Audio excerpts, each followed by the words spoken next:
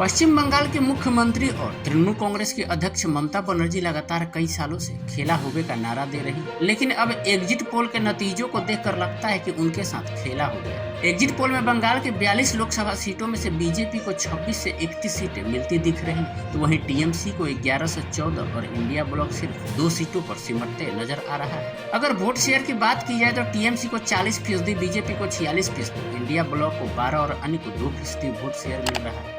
ऐसे में एक बात साफ है कि अगर बीजेपी को 46% के आसपास वोट शेयर मिल रहा है और उसकी सीट इतनी ज्यादा बढ़ रही है, तो तृणमूल कांग्रेस के गढ़ दक्षिण बंगाल में भाजपा ने अच्छे से सेंध लगा दी है, क्योंकि दक्षिण बंगाल में सेंध लगाए बगैर बीजेपी को इतनी बड़ी जीत पश्चिम बंगाल में मिलना असंभव है। लोकसभा चुनाव के 7वें चरण के तहत 1 जून को जिन 9 सीटों पर वोटिंग हुई है, वो सभी 2019 में तृणमूल कांग्रेस ने जीती थी और बड़े अंतर से जीती थी। ऐसे में एक बात साफ है कि 9 सीटों में बीजेपी ने आखिरकार सेंध लगा दी है। पश्चिम बंगाल में बीजेपी के नेताओं के मुताबिक अनुमान है कि अगर बहुत अच्छा हुआ तो बीजेपी को 29 सीटें पश्चिम बंगाल में मिलेगी। 1 जून को बंगाल में जिन 9 सीटों पर वोटिंग हुई है, बंगाल बीजेपी के नेताओं के मुताबिक उनमें से 3 सीटें बीजेपी को मिल रही है। बारासात, उत्तर कोलकाता और मथुरापुर लोकसभा सीट बीजेपी जीत रही है। ऐसे में अगर हम आकलन करें तो 2019 में बारासात लोकसभा सीट पर जीत का अंतर लगभग 1,10,000 वोटों का था। लोकसभा चुनाव के हिसाब से यह अंतर बहुत अधिक नहीं माना जा सकता है।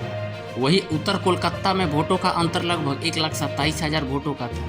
हालांकि मथुरापुर लोकसभा सीट पर जीत का अंतर लगभग 2 लाख वोटों का था। फिर भी बीजेपी को लग रहा है कि इन 3 सीटों पर भले ही कम अंतर से बीजेपी जीत रही है, लेकिन इस पूरे चुनाव में पश्चिम बंगाल में सबसे बड़ा मुद्दा संदेश खाली का रहा। लेकिन बीजेपी की जीती हुई सीटों में बसीरहाट सीट का नाम नहीं है। इसी लोकसभा क्षेत्र में संदेश खाली आता है। बसीरहाट की 7 विधानसभा सीटों में भले ही बीजेपी को संदेश खाली विधानसभा में बढ़त मिले, लेकिन बाकी 6 विधानसभा सीट पर बढ़त मिलना मुश्किल है। इसकी एक वजह मुस्लिम बहुल सीट और दूसरी वजह पिछली बार का अंतर है, जो लगभग 3.5 लाख के आसपास का था। हालांकि बीजेपी को लग रहा है कि संदेश खाली का मुद्दा भले ही बसीरहाट में उतना सफल ना हो, लेकिन आसपास की सीटों पर खासतौर पर उत्तर कोलकाता और बारासात असर डाल सकता है। अगर हम पिछले 1.5 महीने के दौरान पश्चिम बंगाल में चुनाव प्रचार देखें तो साफ है कि ध्रुवीकरण और तुष्टीकरण के मुद्दे के इर्द गिर्द अधिकतर चुनाव प्रचार हुए, जिसका खासा असर पश्चिम बंगाल की राजनीति पर इस बार पड़ता दिख रहा है।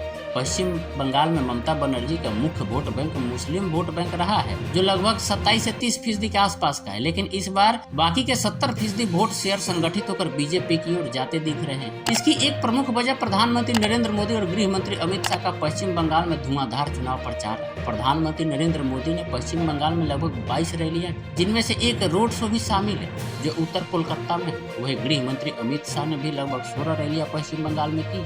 अगर अनुमान के मुताबिक बीजेपी को इतनी ज्यादा सीटें और इतना वोट शेयर पश्चिम बंगाल में मिल रहा है, तो इसकी एक प्रमुख वजह प्रधानमंत्री नरेंद्र मोदी का चेहरा रहेगा। वहीं टीएमसी को अगर इतनी कम सीटें मिल रही है तो इसकी कई वजह रहेगी। पहली वजह पिछले 13 सालों से बंगाल की सत्ता पर काबिज ममता बनर्जी के खिलाफ एंटी इनकम्बेंसी का एक फैक्टर भी काम कर रहा है। साथ ही इस दौरान तृणमूल कांग्रेस के खिलाफ लगे भ्रष्टाचार के आरोपों और संदेश खाली का मुद्दा भी अहम भूमिका निभाता दिख रहा है। लेकिन 10 साल से केंद्र में मोदी की सरकार है, तो मोदी जी के खिलाफ कोई एंटी इनकम्बेंसी नहीं दिख रहा, बल्कि उनके खिलाफ तो प्रो इनकम्बेंसी है, उनके पक्ष में है।